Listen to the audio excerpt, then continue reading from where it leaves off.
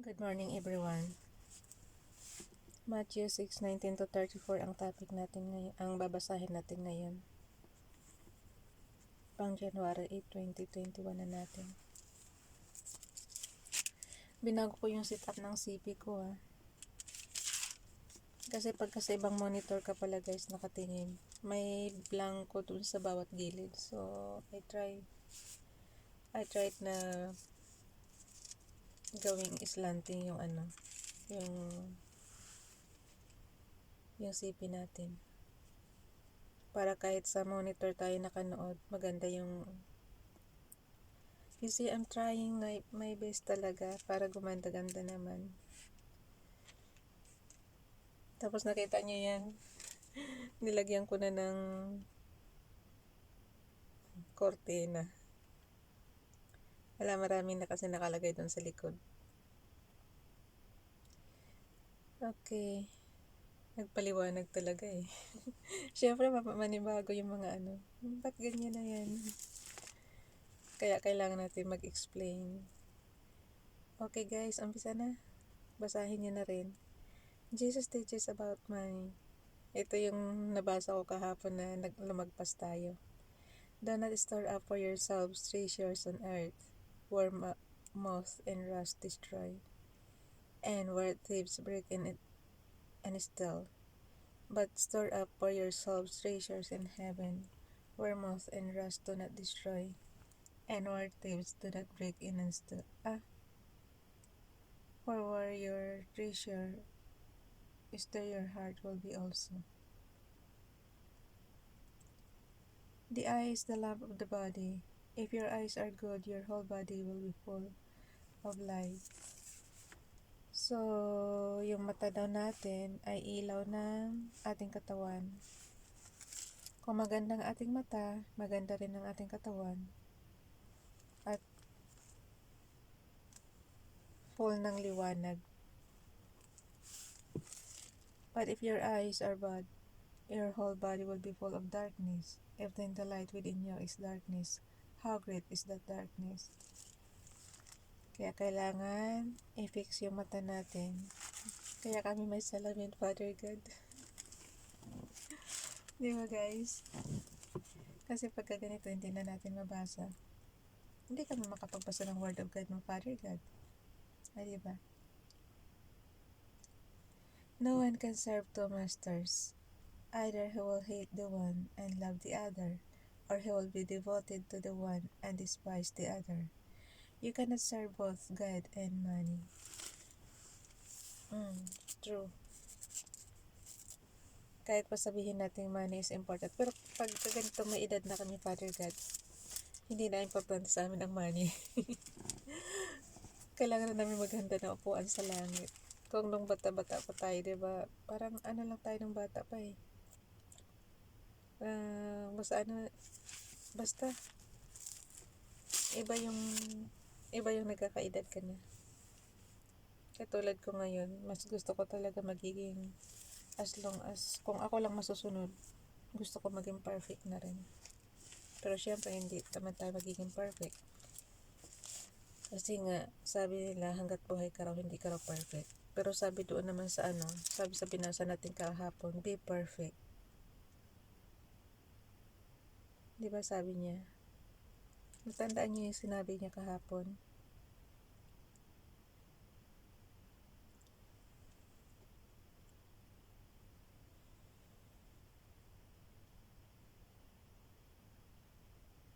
Nawala na yung nawala na yung verse na nakalagay, be perfect. Basta nabasa natin yun guys, diba? Kayong nakasunod, yung tinatapos talaga yung video kung masusundan nyo yun. Jesus teaches about worry. Therefore, I tell you, do not worry about your life and you will eat or drink. What you will eat or drink. Huwag daw isipin, huwag daw malungkot kung anong kakainin at iinumin. About your body, you will wear, kung ano isusuot mo. Is not life more important than food, and the body more important than clothes? Look at the birds of the air. They do not sow or reap or store away in the Verse, I need your heavenly Father good sleep. Oo nga. Are you not much more valuable than they? Who of you by worrying can add a single hour of his life to his life? And why do you worry about clothes? Oo nga po, Father God. See how the littles of the field grow? Lilies pala, little ang basa ko. See how the lilies of the field grow? Kasasabi lang niya guys, pag ang mata daw natin is bad, bad na rin yung body natin. Full of darkness. Pero kasi yung mata natin, hindi, yung pang reading ko kasi, kailangan pang malayuan. So yun. Kaya nagkamali ako ng basa. See how the lilies of the field grow. They do not labor or spin. Yet I tell you that not even Solomon in all his splendor was dressed like one of these. Yung sa lilies guys. If that is how God clothes the grass of the field, which is here today and tomorrow is thrown into the fire, will he not much more clothe you, O you of little faith? So do not worry, saying, what shall we eat? What shall we drink? What shall we wear? For the pagans run after all these things, and your heavenly Father knows that you need them. But seek first His kingdom. Ayan, huwag na kayo mag-worry ng pagkain nyo, ng isusuot nyo, ng iinumin nyo. Kaya, God will provide everything nga eh. But seek first His kingdom and His righteousness, and all these things will be given to you as well. Therefore, do not worry about tomorrow, for tomorrow will worry about itself. Each day has enough trouble of itself. Sabi ko sa inyo guys eh, hindi importante sa akin yung nakaraan tsaka yung yung future. Ang importante sa akin talaga today. Kita mo naman din sa Bible nakalagay din oh. Therefore, do not worry about tomorrow. Gagawin ko tong description. For tomorrow will worry about itself. Each day has enough trouble for its own. Gawin natin description yun guys. Mamaya, pagkatapos doon sa ating Old Testament. Hindi ko binitawan para mabilis. So, lagyan din natin ng tanda to. Ano yung lalagay kong tanda? O, DUCP. Sorry. Okay, 2021. Tatlo ito eh. Yan ang problema. Nandito. 2021 and 22.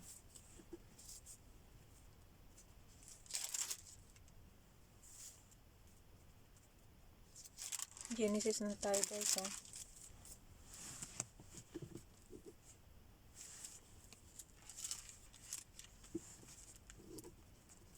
January 2021 na ito natin. 21 and 22. Abraham and Abimelech.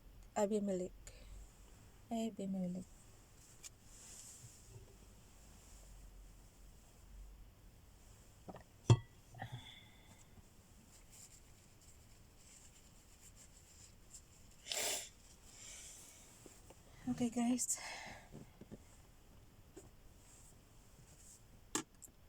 Now Abraham moved on from there into the region of the Negev and lived between Kadesh and Shur. For a while he stayed in Gerar. And there Abraham said of his wife Sarah, she is my sister. Ito nga yung nagpanggap. Then Abimelech king of Gerar sent for Sarah and took her. But God came to Abimelech in a dream one night. Ito yung sinasabi ko sa inyo guys na na nagsinungaling nga si tapos magkakasakit dito si King eh. Kasi nga dahil kay Sarah. Now Abimelech had magti-10 na tayo guys. 10 minutes. Now Abimelech sa verse tayo. Yung nagpanggap siya sa verse 2 tayo. And there Abraham said of his wife Sarah, she is my sister. Then Abimelech king of Gerar sent for Sarah and took her. But God came to Abimelech in a dream one night and said to him, You are as good as dead because of the woman you have taken. She is a married woman. Panaginip yun guys ha. Di ba tayo nananaginip din? So sabi ko sa inyo, minsan ang panaginip ay yan ang sign ng, minsan magbibigay siya sa atin ng sign. Now Abimelech had not gone near her. So he said, Lord, will you destroy an innocent nation? Did he not say to me she is my sister, and didn't she also say he is my brother? I have done this with a clear conscience and clean hands. Then God said to him in the dream, Yes, I know. You did this with a clear conscience, and so I have kept you from sinning against me. So yun guys, pag hindi mo pala alam, yun, hindi kasalanan pag hindi mo alam na married na yung tao. Tapos, halimbawa, magsinungaling siya sa'yo, so hindi mo alam, so hindi siya kasalanan, clear hands ka. That is why I did not let you touch her. Oh, hindi pa pala nagalaw eh.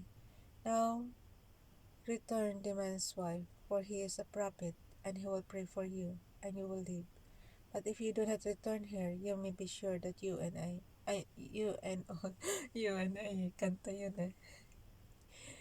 You and all yours will die. You and all yours will die. Grabe. Early in the next morning, Abimelech summoned all his officials, and when he told them all that had happened, they were very much afraid. Then Abimelech called Abraham and said, What have you done to us? Oh, nabasa na natin to guys. Nabasa na natin yun eh. Kaya lang, dinetalye lang kasi dito. Kahapon din yun. Kahapon ba yun?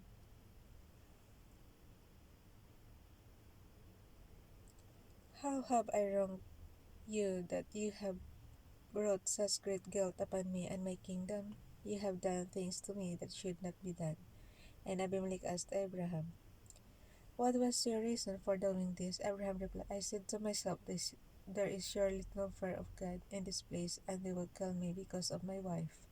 Besides, she really is my sister, the daughter of my father. Oh, really? Magkapatid sila? Si Sarah tsaka si Abraham? Sabi ko sa inyo guys, dati nung araw, pwede mag-asawa ang magkamag-anak. Besides, she really is my sister, the daughter of my father, do not of my mother. And she became my wife. O sa ibang siya, sa ibang nanay. Parang half-sister, ganon. Besides, she really is my sister, the daughter of my father, though not of my mother. So, pwede pala mag-asawa yung half-sister. And she became my wife. And when God had me wander from my father's household, I said to her, This is how you can show your love to me. Everywhere we go, say of me, he is my brother. Ang gulo. Ang gulo guys. Tingnan mo. And when God had me wander from my father's household, I said to her, This is how you can show your love to me. Everywhere we go, say of me, he is my brother. Oh, sa tatay niya.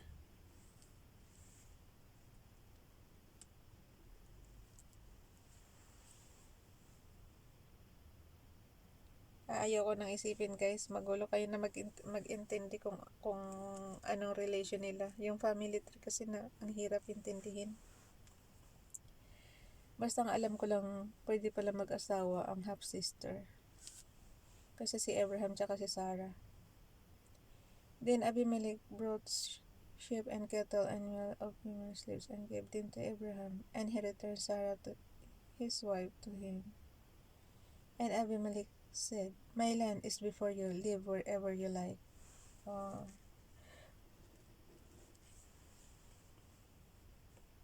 To Sarah I said, I am giving your brother 1,000 shekels.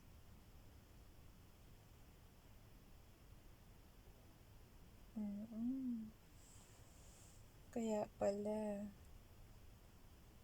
Brother nga niya si Abraham. To Sarah he said, I am giving your brother 1,000 shekels of silver. This is to cover the offense against you before all who are with you. You are completely vindicated. Then Abraham prayed to God, and God held Abimelech, his wife, and his slave girls so they could have children again. Oh. For the Lord has closed up every womb in Abimelech's household because of Abraham's wife, Sarah. Ganon. Hindi sila pwede magkaanak, guys. Buti na lang inanon niya. Kasi clinose daw yung womb ng mga babae doon sa kingdom ni ano. Ang gara talaga ng araw, ano? Birth and their sacrifice of Isaac. Now the Lord was gracious to Sarah, as he said, and the Lord did to Sarah what he had promised. Sarah became pregnant and bore. Okay, tama guys. Sabi ko sa inyo matandaan si Sarah pero nagkaanak pa. Naalala niyo yung tatlong men na pumunta sa kanila. Tapos diba sinabihan siya, tapos natawa pa nga si Sarah kasi hindi siya makapaniwala dahil nga 90 years old na siya. Pero naano siya, ba't ka tumawa? Sabi niya. Sabi na lang niya, 90 years old na ako, paano pa ako magkaanak? Pero ito nga, dito sa chapter 21 guys, nag-pregnant na nga siya talaga. And verse on Abraham, in his old age. Tingnan mo, Sarah became pregnant and bore a son to Abraham in his old age. So, tayong mga babae, hindi pala tayo dapat mawala ng pag-asa. Kahit wala na tayong monthly period, kahit matanda na, magkakaanak pa rin kung gugustuhin ni Father God. That is kung gugustuhin. At the very time God and his promise him, Abraham gave the name Isaac to the son Sarah bore him. When his son Isaac was 8 days old, Abraham circumcised. Oh, ito yung kaya ang magulang talaga is responsible doon sa circumcision ng bata. 8 days pa lang dapat i-circumcise na siya. As God commanded him, Abraham was 100 years old when his son Isaac was born. Biro mo 100 years old, magkakaanak ka pa. Sarah said, God has brought me laughter, and everyone who hears about this will laugh with me. Saan na yung ating tissue? Pahinga muna.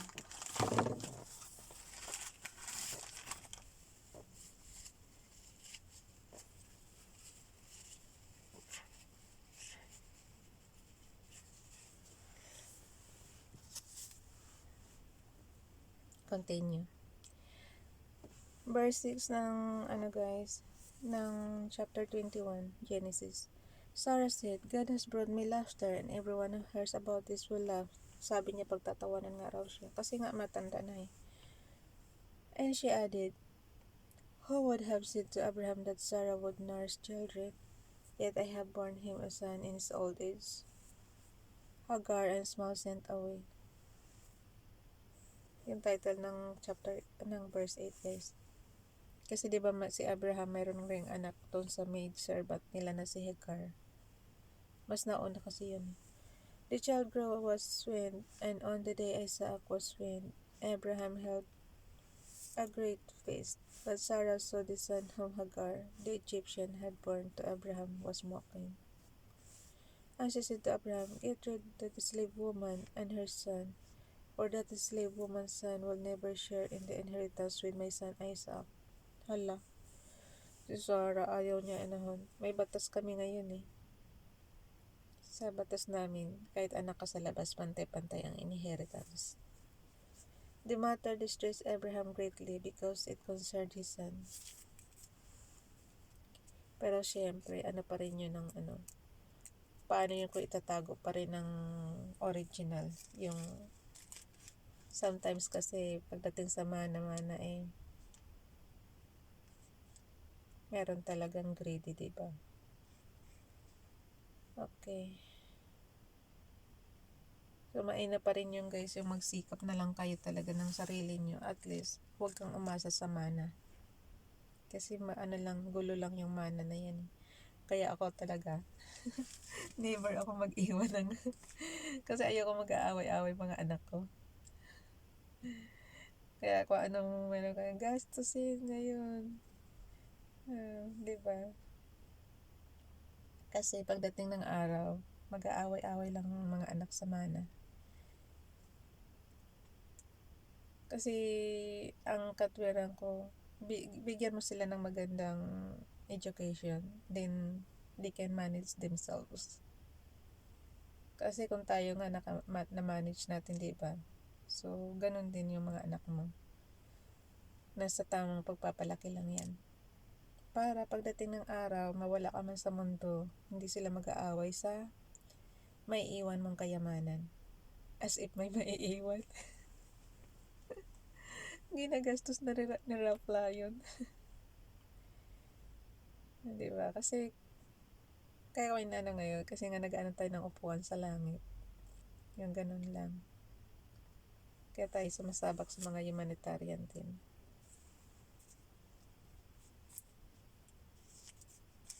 Hagar, hindi, ako naman iniisip ko lang kasi yung, ano din, yung, alam mo yung, kung ano yung, alam mo nakikita mo na, naranasan mo na noon, di, huwag mo nang gawin sa generation mo.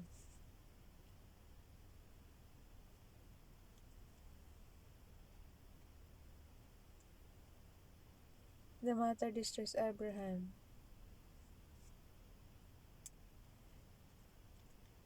Kasi ayoko naman dumating sa punto yung ultimo poste ng bahay mo gigibain para lang paghati-hatian, di ba? It's so greedy. Kaya mainam na yung mainam na yung invest for themselves. Yung sarili nila mismo. Hindi yung galing sa mana. The matter distress. Okay, the matter distress Abraham greatly because it concerned his son. Oh, yun tiyan ko na naman guys. Pagka yan, alam nyo na. Kailangan na natin huminto. But God said, ginawang timer yung tiyan ko eh. But God said to him, do not be distressed. Malapit na.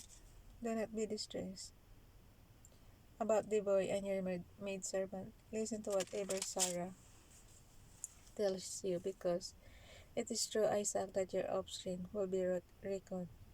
I will make the son of the maid servant into a nation also because he is your offspring. Early the next morning, Abraham took some food and a skin of water, and gave them to Hagar. He set them on her shoulder and then sent her off with the boy. She went on her way and wandered in the desert of Beersheba. When the water in the skin was gone, she put, naglagay siya ng tubig sa,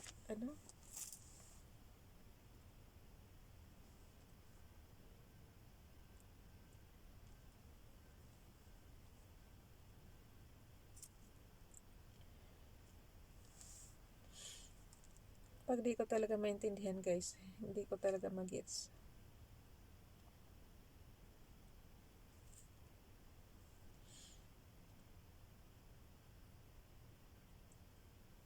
When the water in the skin was gone, she put the boy under one of the bushes.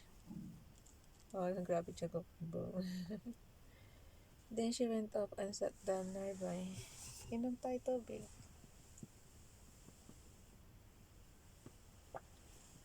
Ganun lang gamot.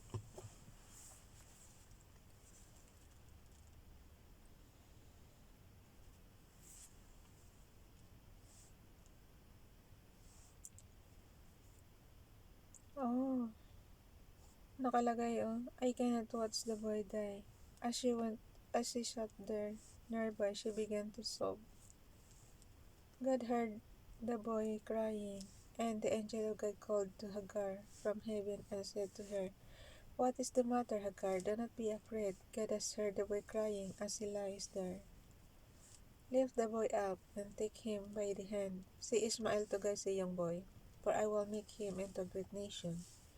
Then God opened her eyes, and she saw a well of water. So she went and filled the skin with water and gave the boy the drink. God with the, was As he grew up, he lived in the desert and became an archer.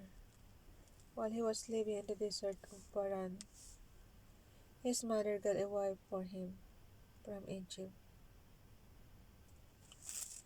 Kumuha ng aasawahin yung nanay niya para sa kanya. The Treaty of Beersheba.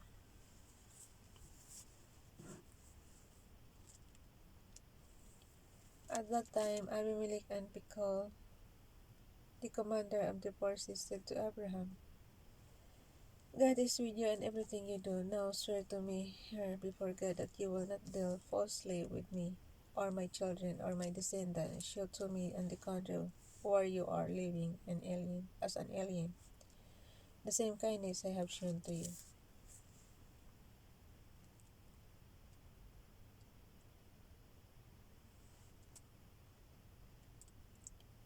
Abraham said, "I swear it." Sabi, huwag daw mag-swear eh. If yes, yes. If no, no. Ba't nag-swear dito? Then Abraham complained to Abimelech about the wall of water that Abimelech's servants had said. But Abimelech said, "I don't know who has done this. He did not tell me, and I heard about it only today."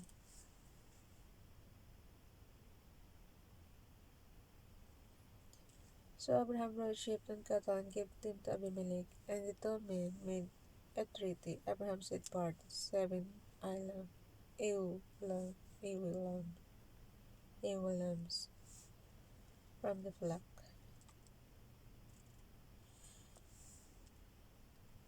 "What is the meaning of these 7 lambs you have set apart by themselves?" He replied, "Accept the 7 lambs from my hand as a witness that I dug this well." Kasi nga nagbukay sila ng balon. So that place was called Beersheba because the two men swore an oath there. After the treaty has been made, the Beersheba, Amalek, and Phicol, the commander of his forces, returned to the land of the Philistines. Ay, ilan na? Halak ka. 30 minutes na naman tayo nito, guys.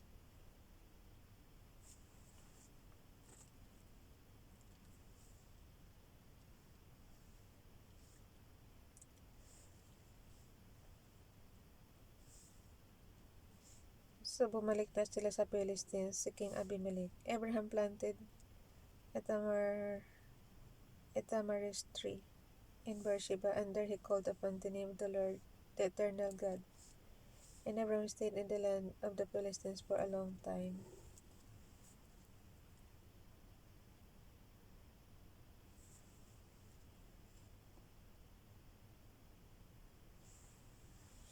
So, nag-stay doon sa Philistines si Abraham, guys. Abraham tasted. Sometime later, God tasted Abraham. He said to him, "Abraham, here I am." He replied. Then God said, sa 22 na tayo ha, malapit na tayo natapos. "Take your son, your only son, Isaac, whom you love, and go to the region of Moriah.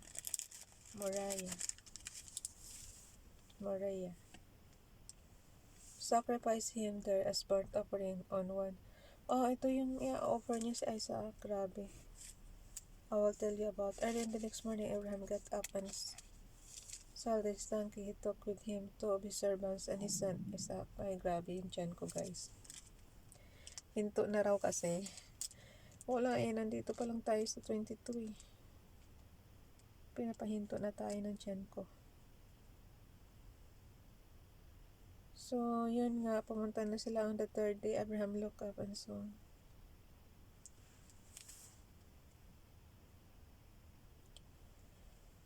Ay, ibaborn nga niya talaga sa Isaac. Grabe naman.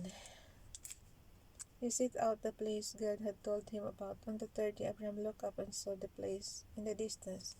He said to his servants, "Stay here with the donkey while I and the boy go over there. We will worship and then we will come back to you." Abraham took the wood for the burnt offering and placed it on his son Isaac. Diyos ko po, Lord. And he himself carried the fire and the knife. So sunugin guys yung bata eh. As the two of them went on together, Isaac spoke up and said to his father Abraham, "Father." "Yes, my son," Abraham replied. "The fire and wood are here," Isaac said. "But where is the lamb for the burnt offering?" Kawawa naman si Isaac, napaka-inosente. Abraham answered, "God himself will provide the lamb for the burnt offering, my son." And the two of them went on together.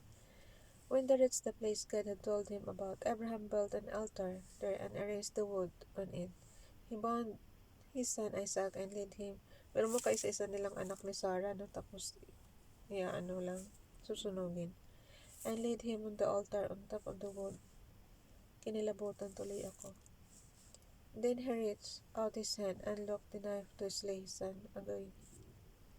Grabe. But the angel of the Lord called out to him from heaven, "Abraham, Abraham." "Here I am," he replied. "Do not lay a hand on the boy," he said. "Do not do anything to him. Now I know that you fear God, because you have not withheld from me your son, your only son." Ayun, pinigilan siya ng angel, guys. Grabe naman kasi. Grabe yung testing. Anak mo, papatayin mo. Yung burnt offering, di ibig susunugin, guys. Abraham looked up under in the thicket and saw a ram caught by his thorn. He went over and took the ram and sacrificed it as a burnt offering instead of his son. Buti may ram, guys. Yun ang pinalit sa anak niya. So Abraham called that place, "The Lord will provide." Okay. And to this day it is said, "On the mountain of the Lord it will be provided." The angel of the Lord called to Abraham from heaven a second time and said, "I swear by myself, declares the Lord, that because you have done this and have not withheld your son, your only son, I will surely bless you and make your descendants as numerous as the stars in the skies." Allah. Kaya pala tayo dumami, guys eh. "And as the sand of the seashore, your descendants will take possession of the cities of their enemies, of the city of their..." Nakalagay, guys, oh. "Your descendants will take possession of the cities of their enemies. And through your offspring, all nations on earth will be blessed because you have obeyed me." Then Abraham returned to his servants, and they set off together for Beersheba, and Abraham stayed in Beersheba. The Nahor's sons. Sometime later, Abraham was told, "Milcah is only a mother. She was born sons to your brother Nahor." Uz, the firstborn, was his brother. Oh.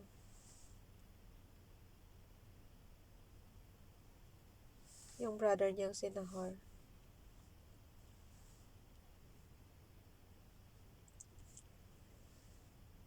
His brother Kemuel, the father of Aram. Ayoko na namang intindihin to, guys. Kasi mga family tree na naman to nila. Became the father of Rebekah. Milcah bore the 8 sons of Abraham, brother of Nahor. Grabe, no? May iba na naman siyang asawa, guys, oh. 8 ang anak niya doon kay Milcah. His concubine, whose name was Rehoboam, also had sons Stephen, Gaham, Taras, and Mecca. Ay, nagkalat nga ng anak. Okay, guys. Nakalagay ko sa 24, guys. His concubine, whose name was Roma, also had sons Stephen, Gaham, Taras, and Mecca. Ayun. So, hindi lang si Isaac ang anak niya, napakarami na. Sinunod nga yung yung sinabi ni Father God na na your descendants will take possessions unto your strength. Di ba nakalagay, sabi niya? Nahulog. Nakita niyo?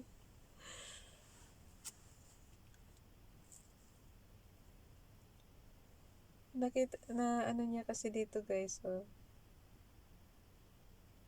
Ano?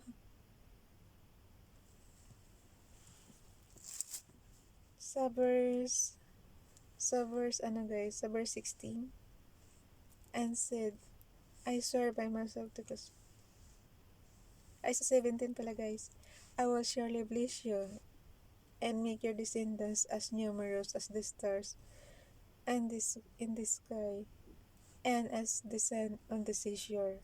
So, kita mo, ang dami tuloy anak ni Abraham sa iba-ibang babae. So, yun lang guys. Bye everyone. God bless.